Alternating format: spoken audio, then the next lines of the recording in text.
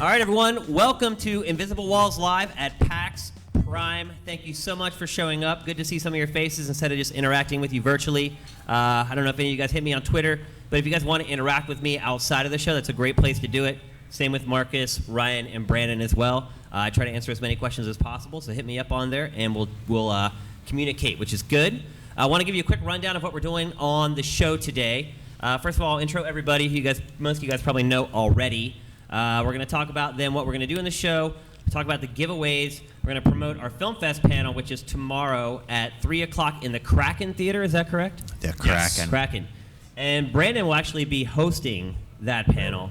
All our partners who create video for us, like Screw Attack, Angry Video Game Nerd, Hey Ash, What You Playing, they're all going to be there. They're all going to be debuting brand new episodes of the show, so you guys will be seeing those all first at that panel. So make sure you go and check that out. Also, lots of giveaways at that panel as well. As far as what you're getting here, everyone here is going to get one of these Invisible Wall shirts. First ones we've ever made, ever. And we only made 100 of them, and we're not making any more. So you guys can go out into the wild and feel like you guys got some unique swag from PAX in addition to the bags and bags of stuff you're going to take home with you guys. Let's see. Let's do a quick intro here. This is Ryan Stevens. He's the director of editorial at GameTrailers. And as we intro people, we're actually going to bring up our first question of the show, which is, what is your biggest gaming disaster? Ryan, what is your? Well, does everyone remember Nintendo Power? Rest in peace. Yeah, R.I.P. I subscribed to Nintendo Power when they gave you Dragon Warrior. It wasn't Dragon Quest quite yet.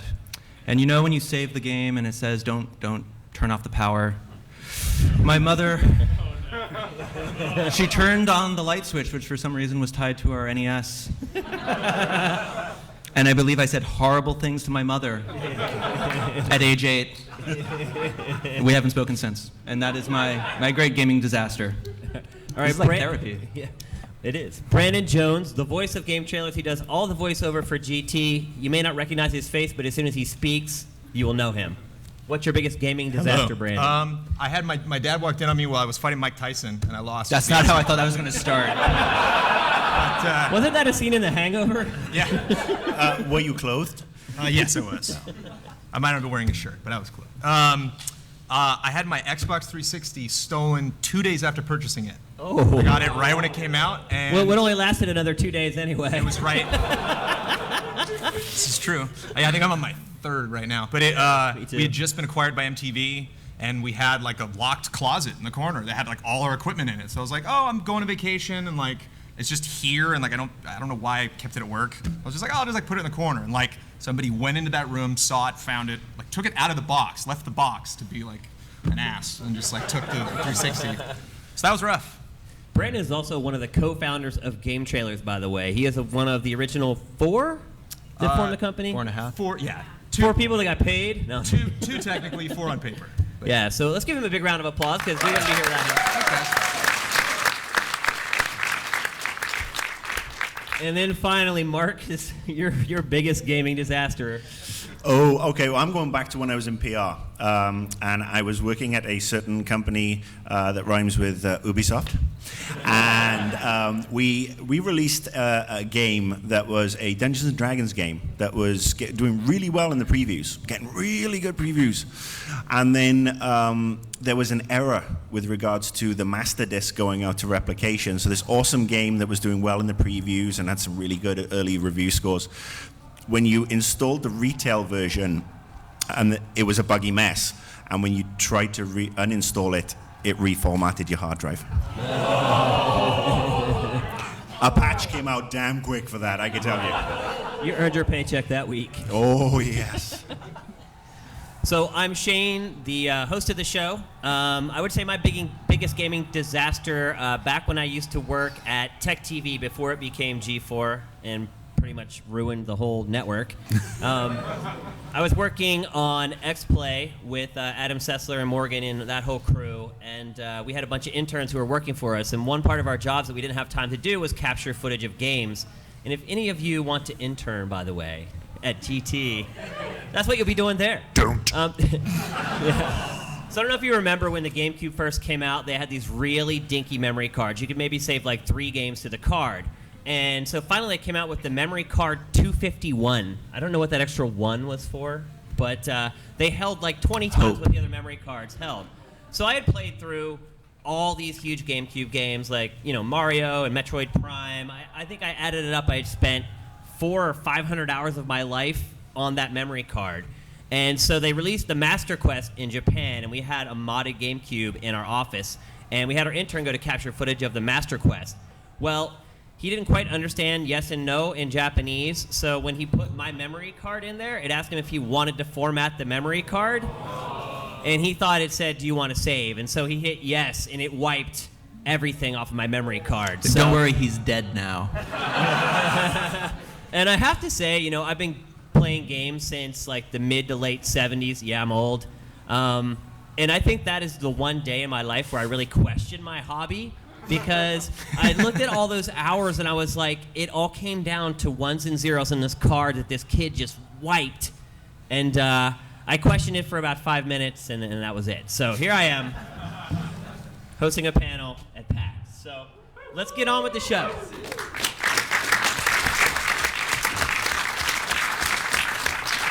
All right, so I don't know if you guys have seen this show on GT. It's called Breeding Pool. We've only done one episode of it so far. We debuted it in Invisible Walls episode 200. And basically how the show works is we show you a bunch of clues. We're trying to get you to guess the name of a game. So there's two parts to the video. The first part gives you the clues, and then the second part actually gives up the game and explains how we got there. So to kick off the panel today, we're going to show you the very first part of a breeding pool, our brand new one, only our second one ever. And then as you guys come up and ask questions for Q&A, we're going to ask you guys to guess what the name of the game is. So if you guess the game correctly, you guys will get bonus prizes today from the panel. So please don't share with each other. Let's try to keep it legit as much as possible. No sending text messages or anything. But without further ado, breeding pool.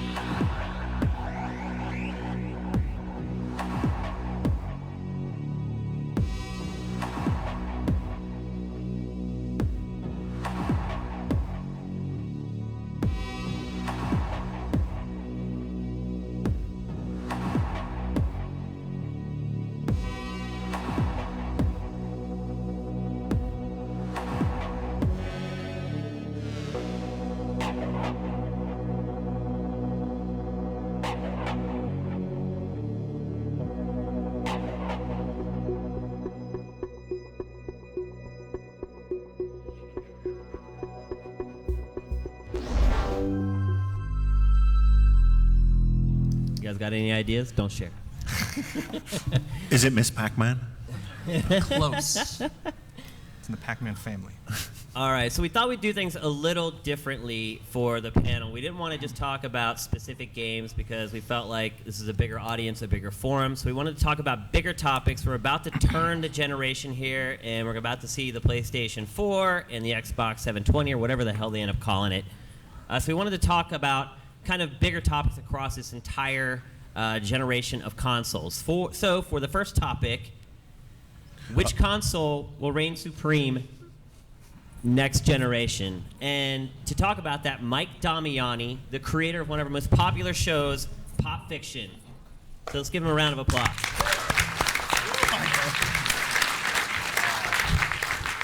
Hello. And Mike, new episode of Pop Fiction at the GT Film Fest panel tomorrow, right? Correct, as well as a teaser for something brand new. Yeah. He has a brand new series he's going to debut as well tomorrow, but a brand new episode of Pop Fiction as well. So let's start with you, Ryan. Which console or which of the big three do you think, or maybe a wild card even? Oh, you mean the PC Master Race? Right. Yeah. You mean the Ouya? Look at that. And I know we're not going to talk about games coming out this week, but anyone playing Guild Wars 2? Yeah. I am. Fucking great. I haven't played an MMO since Lord of the Rings Online, by the way, and I am loving the hell out of Guild Wars 2. So if you guys, maybe some of you guys are in the same boat I'm in, and you don't play MMOs, you didn't like WoW, you didn't play the Star Wars MMO, I'm loving Guild Wars. So you guys should all check it out. Yes, indeed. But I mean, I don't know. I just feel so dicey about the other stuff. The Wii U has obvious potential, but I'm waiting for that to materialize beyond Pikmin 3 Well, let's ask existing. the people here. Obviously, this is your first chance to see and play the Wii U as just the general public. By a show of applause, how many of you guys made a beeline to Nintendo's booth today to check it out? Holding your hand up is not applause. So, about half. That's not bad. Yeah. Better than I thought, actually. Yeah, I still think. I mean, God, I'm so used to horrible launches that the starting lineup is not the most encouraging thing, but I'm not letting it be discouraging. But is it that bad, though? It's a lot of ports. Yeah, but there's a lot of great games, though, Yeah, regardless of whether they're ports but or not. To me, it matters a lot because I've already played a lot of those games. And for my personal pick, that means there's nothing there day one beyond Pikmin that I'm really drawn to at Assassin's this point. Creed 3? Probably gonna get it on 360 or PS3. Why? Because it's better. Yeah. Thank you, Megan. Why? What she said. Why is it better? I'm not sold on the mini-map stuff. It seems gimmicky and cool, but that's not enough to make me purchase. I'm still not sure about the controller as well. Have you not used the controller yet? No, I have not. Well, very briefly. And there are people in the audience here who have? Ryan, you get a demerit for that. I'm Do with we have Ryan. demerit systems now? I'm sorry. I'm with Ryan. I tried out the Wii at E3, and Never end. Yeah. I mean, honestly, look. If we're looking at what is, a bunch of ports coming out, I mean, Arkham City looks great, but I've already played it brilliantly on PS3 and 360. Assassin's Creed 3, 360 and PS3.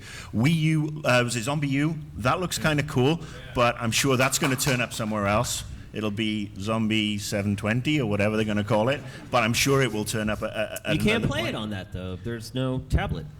How do we know? Do you know that? Oh, yeah, how do we know what's going on with the 720?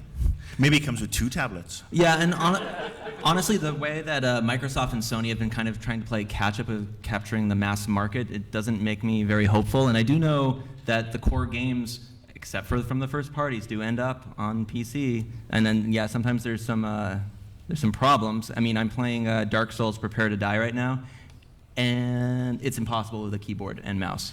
I can see that. Did you patch it? Yeah. Yeah, because before the patch, it's friggin' unplayable. No, that's not true either. It's playable. That's not Definitely true at playable, all. just- But anyway. I preferred the 360 version. Ryan is a huge Dark Souls fanboy, by the way, if you haven't figured that out yet. Marcus, prepare to die. If you watch even Look, one I am episode of our show, you know Dark that Souls. already. I am complimenting Dark Souls, but I'm just saying that the PC version was not all it could be. I thought it was a very second-rate port. Oh, okay. Opinions are allowed. So, Ryan, you still haven't picked the No. platform you think is I really think at this point, with everyone being kind of keyed into digital distribution, and after the PSP Go was such a nightmare, and God, the Vita has been so wishy-washy with its stuff as well, I'm going to say I think the safe bet is that you're going to be able to continue to play games if you have the gumption to work with it on the PC particularly well. Wait. I've been on a big You just PC completely game. dodged the question. What? The question is, which console will reign supreme next generation? We're going to argue about semantics. I mean, Okay. I think Sony's probably going to bring the power again, but with that they may bring the price. I mean, the real answer is the defeatist answer. I'm going to buy them all. Right. Now you're just copping out. I'm a cop out. All right, Brandon. No, I mean, Damiani. Yes. Sorry, you're hitting. I'm hidden back here. Is it okay to say Steambox? Sure. Ooh. If you bold can't say prediction. PC, Well, then oh yeah. I just think that PC gaming and stuff, if Steam could put out that fabled box and stuff, I think they could be a serious competitor. I think the problem was we don't know enough about Sony and Microsoft's next system. I think the problem But is we don't even know that the Steam box will ever exist. I know, but let me explain real quick.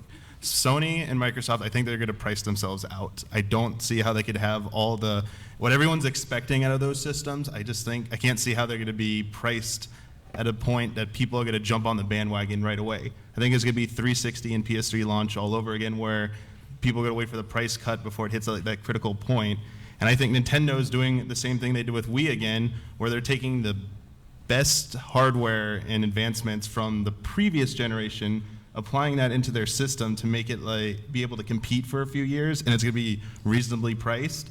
I think it comes down to price with all this. Sony, as you said, Brian, they do all their proprietary stuff. The Vita with their memory cards and stuff, they kind of shot themselves in the foot one too many times. That's why Vita is a complete disaster right now.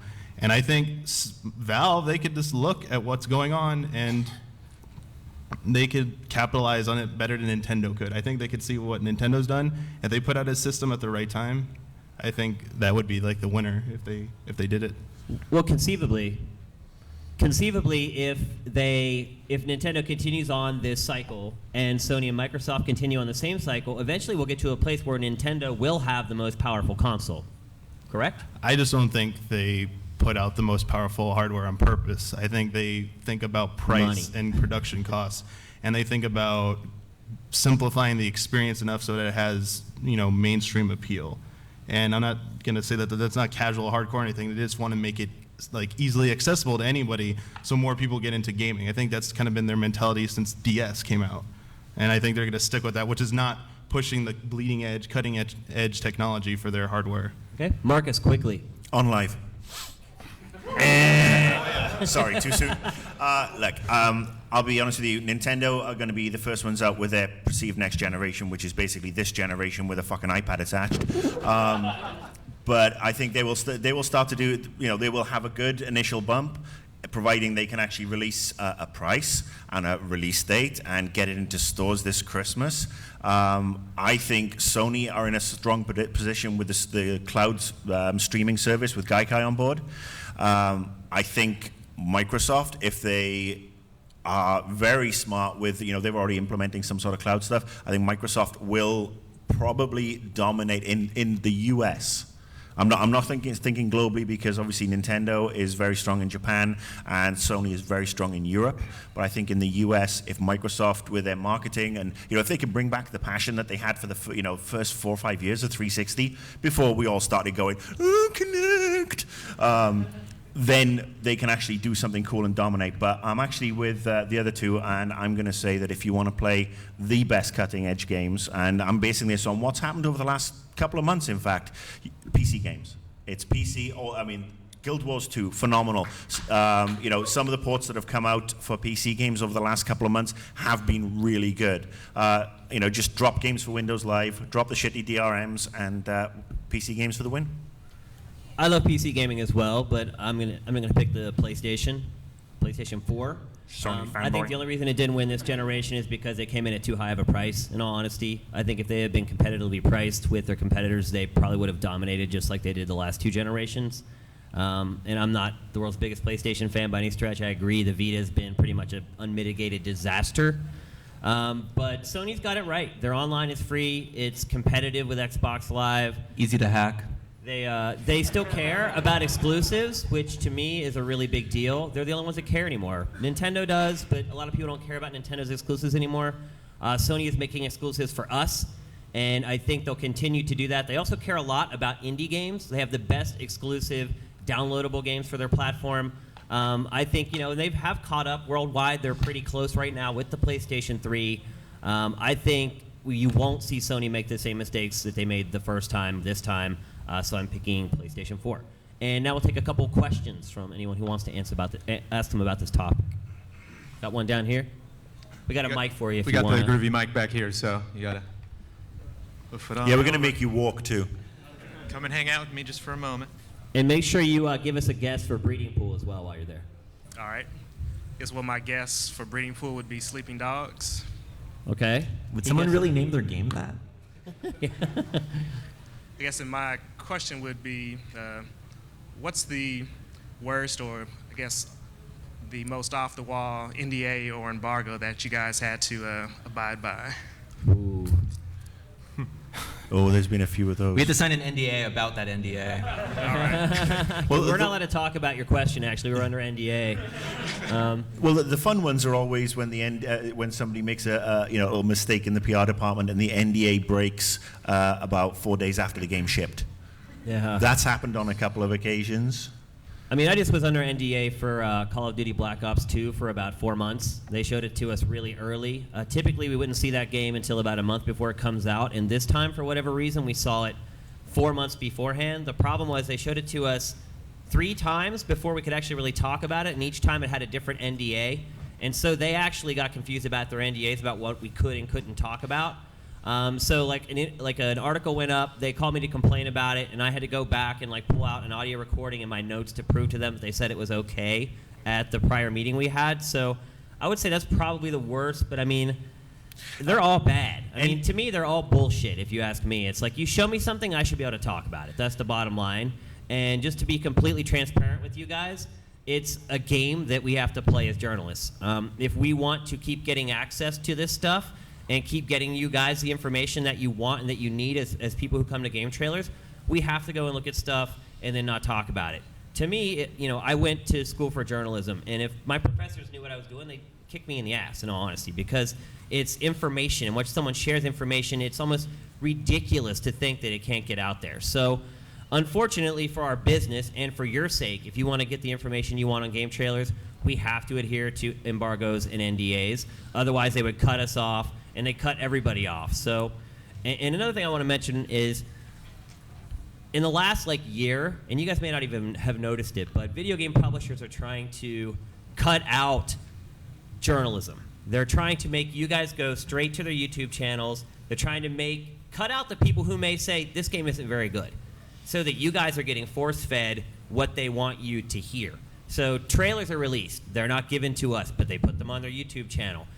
Walkthroughs, interviews, they're trying to control the message so that they tell you guys exactly what they want you to hear and what they want you to know, and they don't want you to make up your own mind listening to people like us and all our other competitors and all the other people who go and see the games and have an opinion on them. So what I would say is rise up and don't let them cut out the middle people. Whether you hate GameTrailers and you like IGN and GameSpot, I don't really care. Just make sure that you're going to those places to get your information, because otherwise information is going to be killed in this industry, and it won't be good for anybody but the publishers. So that's it.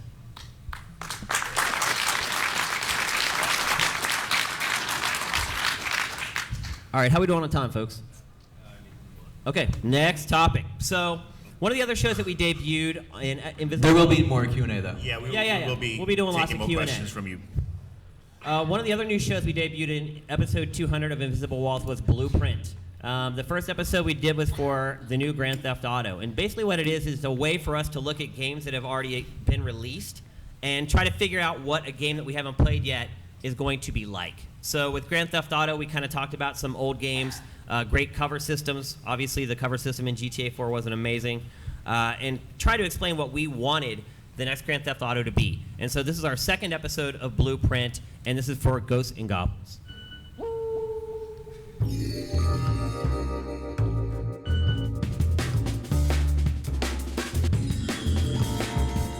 This is Blueprint, where we visualize in exacting detail the games that we hope to be playing in the future.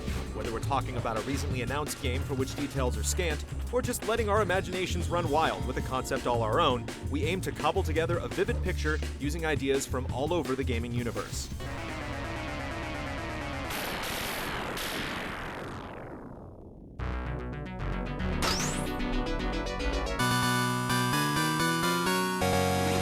If you've been playing games long enough, you're sure to have some pretty strong memories of the Ghosts and Goblins series. It was infamous for its crushing difficulty even in that prehistoric age before the discovery of such niceties as tutorials and checkpoints. In our experience, though, the chance to further unravel its kooky world was always worth the ordeal, despite how thoroughly and mercilessly the game kicked our butts. In this episode of Blueprint, we ask that you join us as our minds wander in the direction of a new Ghosts and Goblins game. Strictly speaking, the series isn't exactly dormant, but it has been walled off in the ghettos of gaming's nether regions. By our reckoning, that doesn't count. Back in the PS2 era, Capcom made a valiant effort to modernize the series with the Maximo games, to decent results. We think it's high time the series gets another chance. Here's a blueprint for how we would like it to work.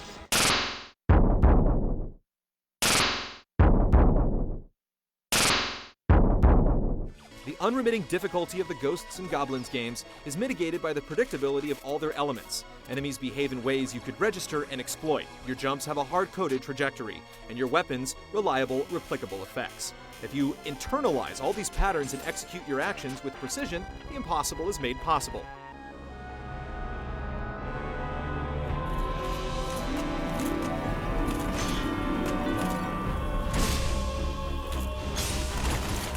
Sounds an awful lot like the Souls games, doesn't it? As two of the most unrelentingly challenging games of this generation, it'd be fitting if Demon's Souls and Dark Souls served as a foundation for a new Ghosts and Goblins. The old-school ethos that From Software harnessed in their design would go a very long way toward replicating the fundamentals of the Ghosts and Goblins experience.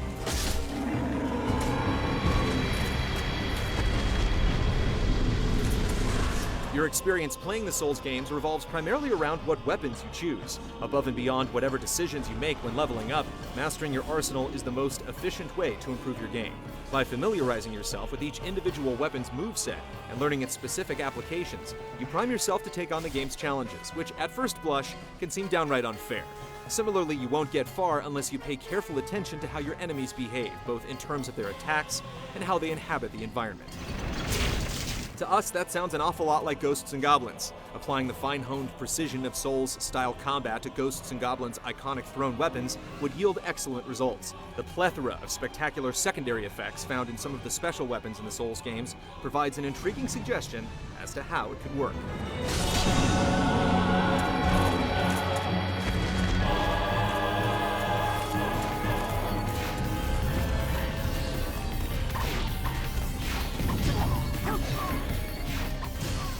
Modern action-adventure games seem loath to attach much actual risk to navigating their environments. If jumping from one ledge to another isn't partially automated with scripted traversal sequences, characters will usually just glide or float where you want them to, as if guided by a benign magical force. Arthur from Ghosts and Goblins had no such luxury in his 2D days, where it took precise control and expert timing to keep the noble knight from plummeting like a stone into a bottomless pit. Leading ninja Hatsuma faced similar stakes when the Shinobi series returned to PS2. The remake is partially defined by thrilling, demanding, and challenging 3D platforming. Hatsuma's ninja skills afford him excellent aerial mobility, but after you've made your initial leap, you have one more jump and one linear dash to hit something solid. Directional jumps have real momentum, and as in Super Ghouls and Ghosts, a late double jump can cause you to overshoot your target. Like Arthur's leaden leaps, Hatsuma's 3D dash covers a precise, fixed distance that eventually becomes second nature, letting you land precisely where you intend to. If a new Ghosts and Goblins sought to reward quick thinking and reflexes in a game reminiscent of this underappreciated Shinobi remake, it would have a better shot at doing justice to its death-defying legacy.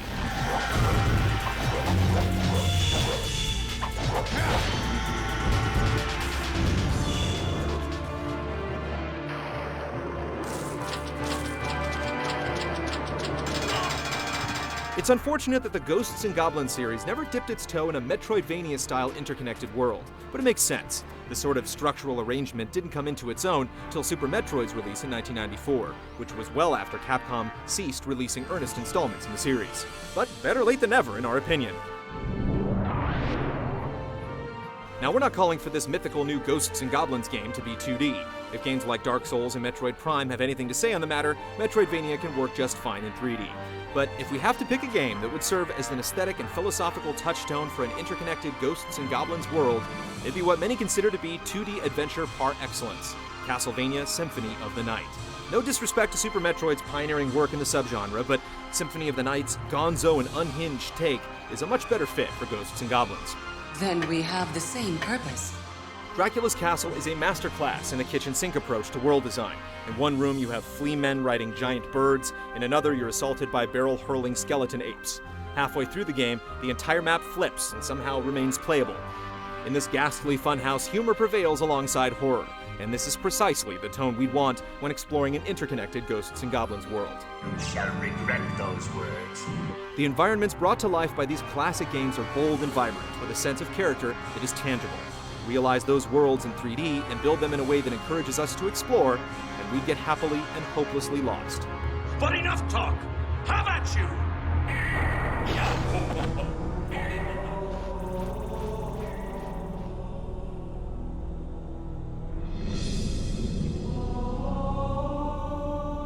Armor plays a crucial role in the Ghosts and Goblins games. With it, you're good to survive at least one more hit, depending on the specific game. Without it, you're in an exposed and frankly humiliating state, taking on the hordes of the dead and demonic in nothing but your skivvies.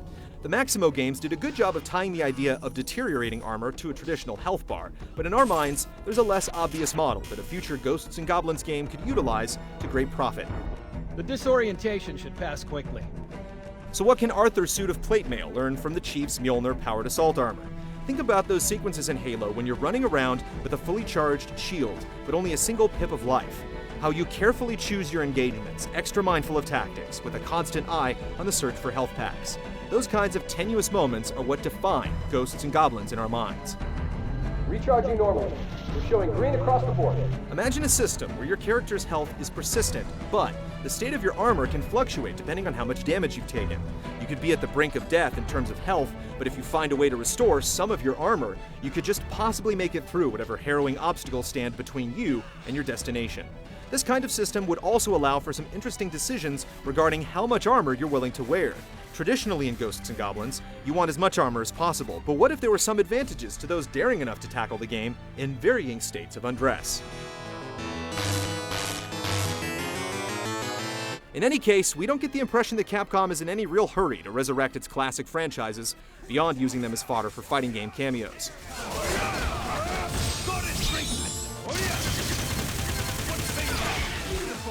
Insofar as this applies to Ghosts and Goblins, we are all the poorer for it. We really hope we're wrong though. Even if it were to take as incoherent a form as what we sketched out in this blueprint, we think the world of Arthur, Prin, and Red Aramare is one well worth revisiting. We also think that the world is ready as it's ever going to be for the attendant challenge. There it is.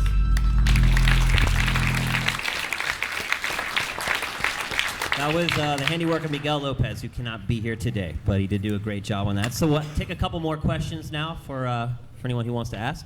I was going to say Sleeping Dogs again. I mean, that's all right. What came to mind. My question is kind of in regards to the next gen of cycles. What we saw with, especially like the Xbox, was quality of the machine itself. I mean, notorious failures in both hardware. I'm on my 4th Xbox, so and yeah, I software feel your in pain. some ways. But I was wondering, because you brought up a great point of cost. I think that's going to be the major determining factor, whether someone goes Microsoft or someone goes Sony or even the Wii U. Do you think that's where they'll kind of cut like their costs? Because it's probably the easiest in a lot of ways to, just kind of skip and, insulation here, or use, like in the Xbox, a faulty clamp here that resulted in umpteen, like thousands of Xboxes dying out in days. Do you think Microsoft will take that route again, even like with louder, internet culture that will definitely jump on top of that, as more so from, the 5 years that they did nothing with the Xbox? I think both Microsoft and Sony learned valuable lessons this generation. Microsoft learns that it needs to do more product testing before it sends its product out, and Sony learned that creating a proprietary processor is probably not a good idea. So that's why you saw with the Cell processor, developers really struggled to wrap their heads around it for the first few years. So you saw that big disparity in ports. So most third-party games for the first few years definitely looked better on the Xbox 360 than the PlayStation 3. Now that gap has been narrowed, but you got to realize those first 3 years, that's when you have a lot of evangelists, a lot of people who just bought the console. They talk to their friends about it. Their friends come over and see it and play it. Then they go buy it. And the other thing, too, is that Microsoft did one thing right with the 360, and that was that it bought parts off the shelf to create its console, and that's how it kept the price down. And Sony has already gone on record saying, look, no more cell, no more proprietary technology. We're going to go with off-the-shelf parts for our next machine. So I think Sony's already learned its lesson. We'll have to see if Microsoft has, although I have to say that the new form of the Xbox 360, I've had mine for about 2.5 years now, haven't had any problems with it. So I'm hoping Microsoft has learned its lesson as well. Any other comments, guys? Not really on that. Okay. You kind of said it Thanks, all. man. So my guess for the game was Infamous. Okay. Yeah. And the question I have for you is you were talking earlier about the preferred platforms. I own all three, but the thing which keeps drawing me back to the 360 is the community features. So the question that I have for you is that in the next generation of consoles, where do you think the console maker should go, and where do you think they could do better? Well, I think we saw Nintendo place its bet already. Or do we even know what that bet is, though? Generic action figure man? Yeah, I don't know. Are people vetting all your comments? I don't even know how that's feasible. Yeah. I think what we've seen with this current generation is the Twitter and Facebook integration coming into absolutely everything. So I think that'll continue to be more of a tool, especially with the consoles, but also with the games. We're going to see a lot more games coming out with who are basically it's going to be like Facebook in a lot of ways with those horrible Zynga games, where it's a case of if you want to play this game and you want to access multiplayer, you must click this box so that we can tweet from your account every 20 seconds when you get killed, when you get a power-up, when you get an achievement or whatever. I think that's going to become really, really invasive, and I wouldn't be surprised to see Activision, EA, and Ubisoft in particular start to take advantage of that and tie that in. So, I mean, in 12 months' time, we're going to have so much more crap in our Twitter feeds, especially with the advent of the promoted tweets. That's the way they're going to do it. I mean, and they're going to want to drive people more to communities. I mean, we see, how many of you have got Origin accounts? All right, how many of you have got Uplay accounts with Nintendo? All right, how many of you want a Uplay account? Ubisoft, sorry. How many of you have got Steam accounts? Yeah, That's the correct answer. Yeah, I mean Exactly. that is. You all get a gold star. Yeah, I mean that is the correct answer. But I mean, because everybody wants their own piece of the pie, and as we move to digital, that's what they're going to do. They want to foster their own communities because communities make money, and it's going to become way more invasive and not good for the communities. All right, it's time for Marcus's rant. Any Didn't I just topics do you guys one? want to throw out there? He's going to do this on the fly. All right. Who did not watch the last episode of Annoyed Gamer? The piracy episode, you guys watch? He has a new show on GT, by the way, called Annoyed Gamer. It's episode 6 at this point. You guys should have watched it by now. But his last rant was on piracy, and man, are you guys pirates? Who here's a pirate? We'll take you outside. I didn't think anyone would raise their hand. We'll take you outside and introduce you to Gabe Newell. All right. So, all right. Give me a topic apart from piracy. Windows 8. That's a good one. I haven't even looked at Windows 8. Let's talk about. Somebody said Zynga. Yeah. Why don't you do Yeah. Zynga, You know what? Let's talk about PopCap, Zynga. all that stuff. Where's Can my? we have 60 seconds on the clock? Why, thank you. All right, you All ready, right, Marcus? so Zynga, basically, the clock started. Don't interrupt me. All right, Zynga. Zynga are, I'm going to go out on a ledge here, and because I've got a disclaimer that says my views do not reflect those of GameTrailers, Zynga are fucking crooks. Zynga basically take every single quality game that you could ever imagine, put their own little spin on it, and when I mean spin, they attach the words "vil" to it, and they decide to cash in with some shitty browser work, some really easy, to deplete energy, and just try and rip you off. And this is the problem. Everybody here, I think you're smart enough not to buy Zynga dollars. But the people that you need to worry about are your moms and your grandmothers and your sisters and your cousins who necessarily don't have DSs or are gamers, because they get sucked into this shit. And they get sucked into a certain degree where they're spending 50, 60 bucks a month. Basically, Zynga is evil. Zynga are a bunch of crooks. I hope EA sue the balls off them. So to recap, fuck Zynga. Oh, look, it's the CEO of Zynga. Yeah, do we have any Zynga people here right now? I don't think Zynga's going to exist another year from now, honestly. They're doing pretty poorly. So good job, Marcus. All right, we'll take one more question before we move on to the next topic. Hi. First of all, the game being alluded to was without a doubt Sleeping Dogs. All right. My question is, earlier you all mentioned Dark Souls Prepare to Die edition for the PC, and how that kind of goes with the reviews process, because two of its glaring flaws: the PC keyboard and mouse control, but then again, on the other hand, you can plug in a 360 controller or something and it plays fine. And on the second thing, the graphics in it, like the game's internal resolution is like 1024 by 720, is kind of muddy. It looks just like the console version.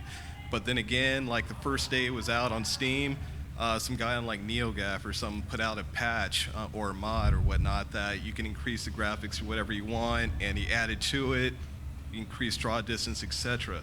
So how exactly does that factor in with how you look at the game for review, since it was kind of the main thing, the graphics was kind of fixed like day one by somebody else who wasn't on the dev team? We review games against other games on the same platform. That's the only way to do it fairly, because otherwise we're going to compare games graphically on the Wii versus games on the 360 and the PlayStation 3. It's just not fair. So that game, its max resolution out of the box was what, 720? It's like frame buffer, yeah. To me, that's bullshit. Yeah, absolutely. I mean, to me, that game is a cash-in, and I know you love that game and you love that franchise, but it's a double-edged sword. It is a cash-in, but at the same time, you want more people to experience that game because it is a great game. So while I think it's kind of crap that they would push it out in that state, I'm still kind of happy that this whole other group of people got to experience the game, because it is a lot different from games out there now. Games now have a checkpoint every time you move a foot, and there's no challenging games anymore. It's almost like you don't even have to look at the TV to play them. And while I'm not a huge fan of the Souls franchise like Ryan is, I have a lot of respect for it because it reminds me of the games I played when I was a kid, where you didn't want to turn them off, or you couldn't turn them off because there weren't any save points. And they were just really challenging. You literally had to concentrate just to get from one screen to the next. So to me, yeah, Namco's definitely guilty of short shrifting the PC player on that, and I hope that it doesn't continue. But if you look at it like, well, they can play it now in 720, or they can wait a year from now and play it in higher resolutions, I think most people would say they'd play it now in 720. Ryan, do you have any comments on that? I just want to say, the patch the guy made is excellent. We review what comes on the disc, though.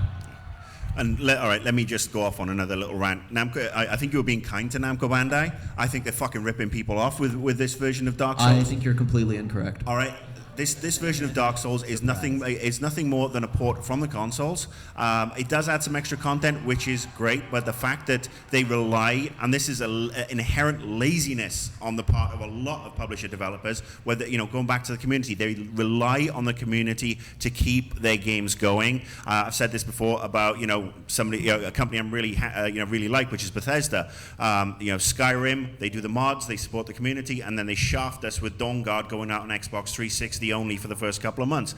Namco Bandai, when I first saw this at their Gamers Day back in, was it June, April, May, whatever it was, I was so disappointed that this was just basically a bog standard copy. And they shouldn't be allowed to, they shouldn't basically get any, support. They shouldn't make any money off this. They shouldn't have people, being exposed to this, because What if people like it, Marcus? What if they like the game playing it in 720? Should they be deprived of playing a game that they're enjoying? Say that again? What if people are okay playing it in 720p? I mean, it's a shitty PC port. The PC is the best way to play games. The highest graphical content. You're dead wrong. You didn't play. Did anyone play Dark Souls? Did anyone go to Blighttown?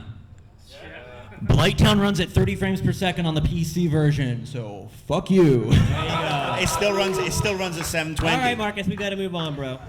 Thank you. All right, Fanboy. so Damian, you're going to step down. Brandon Jones is actually coming up to talk this time. Thanks, Mike. It's made a Damiani sandwich.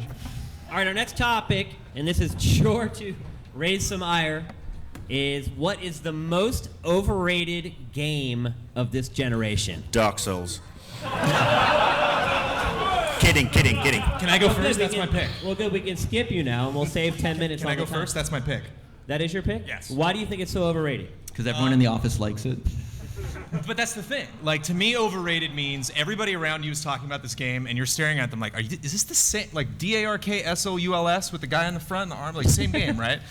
Because I try to connect. Like, there's some games I just don't like. I'm not good at RTS games. I'm not good at, There's certain genres that I like, not good at fighting games, for the most part.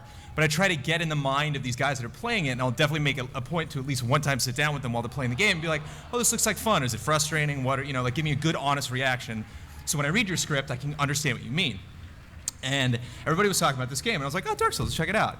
Took it home, played it for an hour, and I was like, no, I'm not playing this game. But it looks an acquired neat, but I taste. just, no, it's just Neat. not, I'm just not enjoying That's the I'm not box enjoying quote. I'm not enjoying the controls. I'm not enjoying this world. And I love RPGs. Like you name an RPG that came out this year, I've played it. And so I went back to work and was like, I don't know, I'm playing some other game or something like that. They were like, go back, try it again, play it again. And I did. And I don't want to play that game. And I actually booted it up for 5 minutes. I took a whole evening, and I've never played a game like that. And it's not so much difficulty. I respect difficulty. I love difficulty. I love hard games. As much as I hated Super Ghouls and Ghosts watching that footage and making my blood boil, I play that game a ton. Mm-hmm. And there's a difference to me in challenge and the developer saying stop, just stop playing. We don't like you. We want you to die. Stop playing. And that's just the vibe I get from that game. It's it's masochistic. Yeah, well, it's not masochistic. It just feels so empty. I feel no connection to the people that made it while I'm playing that game.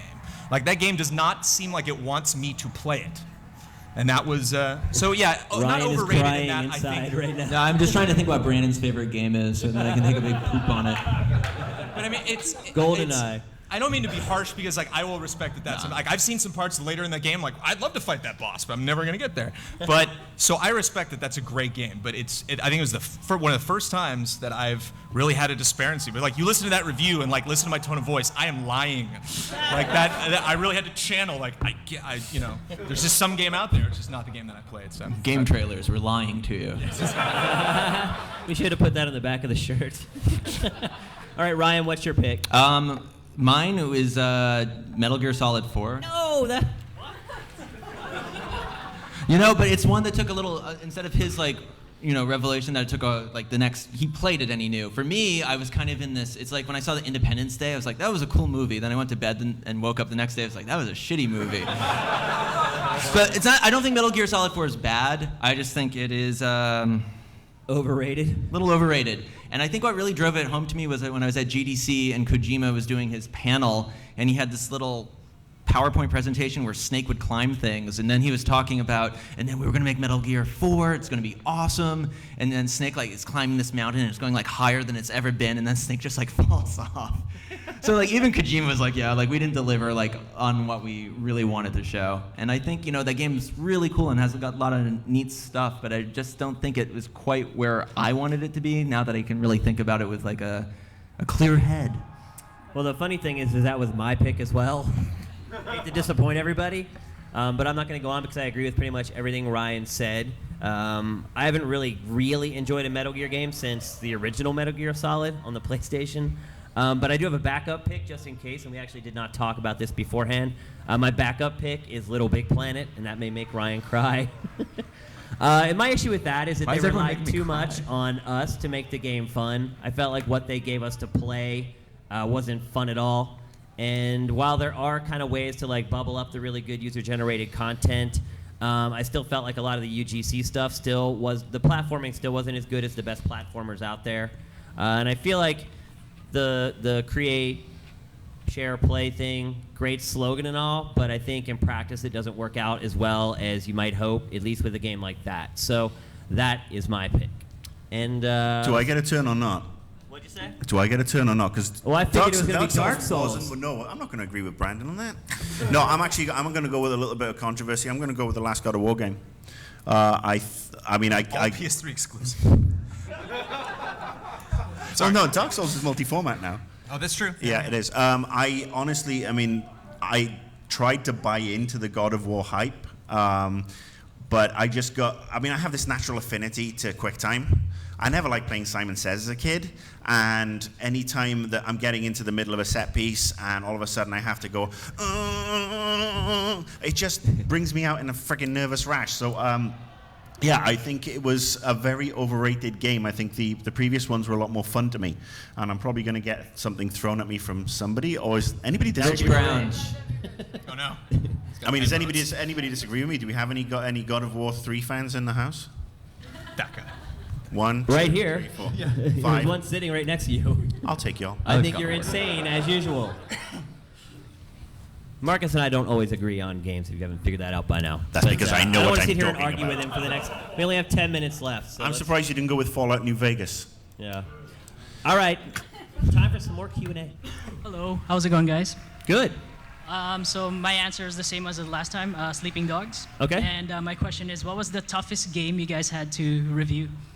Oh, I'll go first on that one. Marcus, you've never reviewed a game. No, that's not true. You can go find his old like BBC show where he's like 14. Well, actually, no. I mean, I will do it. I do actually cover games for NBC4, Shane, in Los Angeles, so I do talk about games. And the hardest game I ever had to review was actually SpongeBob SquarePants on the U-Draw. And you know what? I may not write reviews for GameTrailers or for my site in general, but I do research a lot of games. And anybody who ever questions my professionalism and my commitment to this business after I sat through that pile of fucking shit, I will have words with you. All right? Go ahead, Ryan. Really quick, it was.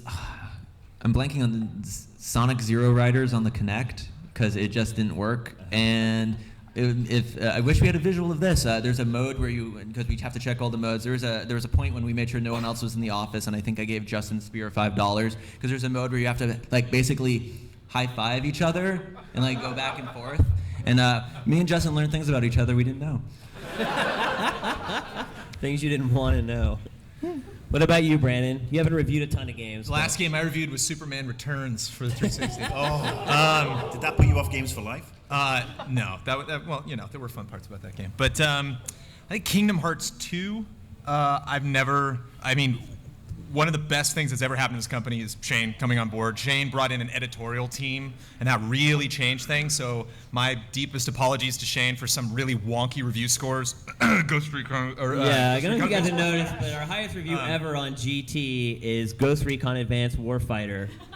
Very quick story. We had no editorial teams. So it was really this kind of weird relationship between. We had editors. We had guys that were producing the videos, and then it was just like you never knew whose opinion was going to come out of nowhere to like. And the guy I co-created the site with was like 9.9. I'm like, No, it was 10. I was on my very first that's meeting right. when I worked at GameTrailers, and I'll very quickly, I'm sitting on the call, and they just nonchalantly mentioned that they're going to give Grawl a 10.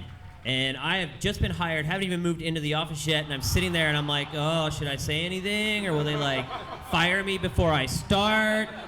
And so nobody else stands up and says that's insane, so I did. I was like, fuck it. Like, they're gonna have to like know me now. So I just jumped in and I was like, there is no way in hell you're giving that game a 10. I'm like, that is something I'm gonna have to deal with for the rest of my career at GT.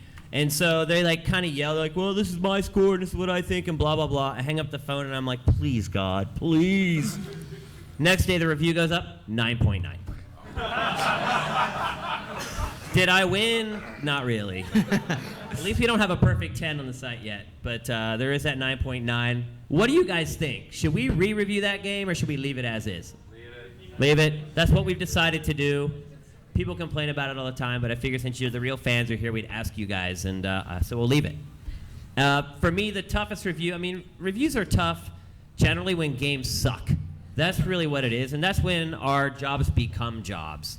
And when you first get started in this industry, you pretty much just review shit games for the first 3 or 4 years. So I could name dozens of games that were just total nightmares, where it's like 4:30 in the morning, you haven't slept, the reviews due at 9 a.m., and you have like 3 levels to go, and you've got like 3 hours to play. Like, that's when our jobs suck. Although we're pretty lucky to have our jobs and we love them. It's not all unicorns and rainbows, I guess is a good way to put it. But if I had to pick one game that was kind of really tough to review for me, it's Portal 2. And that was because when I reviewed Portal 2, there were 4 people playing the game in the entire world. And generally, we don't talk to each other while we're doing reviews because it could sway your opinion one way or the other. So I was completely on my own playing Portal 2, no cheats, no guides. You got to figure it out on your own. And I'm sure you guys have all played the game, and you can feel my pain. In the game's to the game's credit, I still loved that game, and it's still an amazing game, even though all the strife I went through to get through that review. So that would be my pick. All right, 1 or 2 more questions. Hi guys, I was just kind of curious with shows like PAX, E3, Gamescom, Comic-Con, on and on and on. You guys must do a lot of traveling. I just started traveling for work and I kind of hate it. Basically, is it always the same group of people that goes to these shows, or is it just different people every single time to a different show? Can I give a big shout out to our two camera guys right now, Chris Wynn and Rich Brown. Rich Brown, one of the voices of GT. These guys fly a lot. We try to make sure, these guys fly all the time, but and traveling, traveling can totally suck it. But we can, I try to make sure that we get a bunch of people going to a bunch of different places. Miguel only owns a bike, so he stays at home base quite a lot. But yeah, I mean, one year I flew 50,000 miles, which was a lot. I think Rich probably has enough frequent flyer miles to go to like that Virgin Moon base thing they're doing. But yeah, it can be really tiring. And also Europe has horrible bandwidth. And when you're trying to upload HD videos, it can be highly annoying, which Rich and Chris can also attest to. Good question, I like that. Yeah, I think it's sexy at first.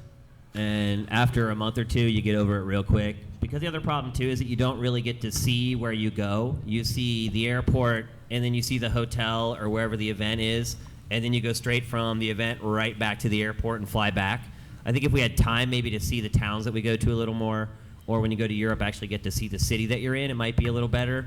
But yeah, it pretty much blows. It's just a part of our job. Breeding pool game before we show it, because we got to wrap up. Oh, yeah. What you guess? Sorry? For the breeding pool. Sleeping dogs. All right, and with that, we'll roll the conclusion to breeding pool.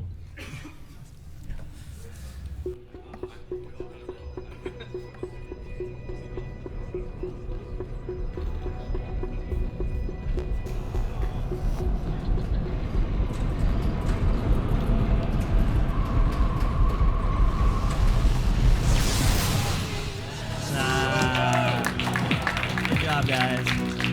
Maybe we made that one too obvious. I think there's a lot of elements to it. You know, it's like once you bring the cars into it, it's like what game is free running in cars? I think what gave it away is the jump from one car to the other. I think when I watched the edit bay, I was like, that's gonna give it away. But I'm thinking too, maybe just show the gameplay and don't have the titles. Don't you say like context sensitive, like fight, like slamming guys into walls and stuff? Well, congratulations to those of you who guessed it. Yeah. Brandon, we need to make it harder. Yes.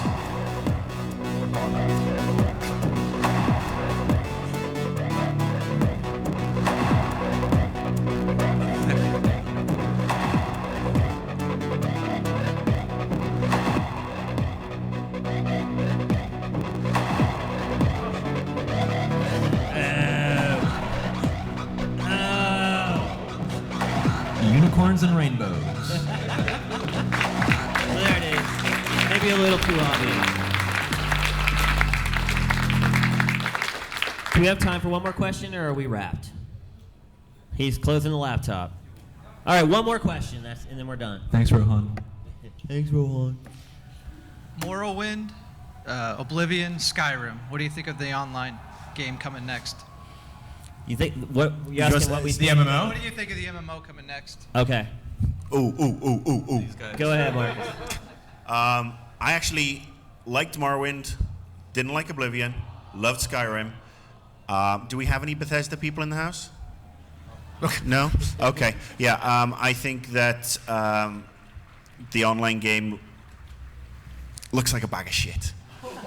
I'm sorry. Look, I'm a huge fan. I'm a huge fan of Skyrim. I love Bethesda. Dishonored looks great, but I am sick to the back teeth of Swords and Sorcery MMOs, and I think, especially after just starting with Guild Wars 2, which I think is totally reinvented how to tackle MMOs, especially outside the subscription environment, the way they do grouping, the way they do leveling up. It's really, really innovative as far as I'm concerned. I really love it. I think they've raised the bar for World of Warcraft and a bunch of other people, and I would hate to see Bethesda invest a lot of money in this next year and it come out and it not look as good and not play as good and basically be a disservice to the Elder Scrolls franchise.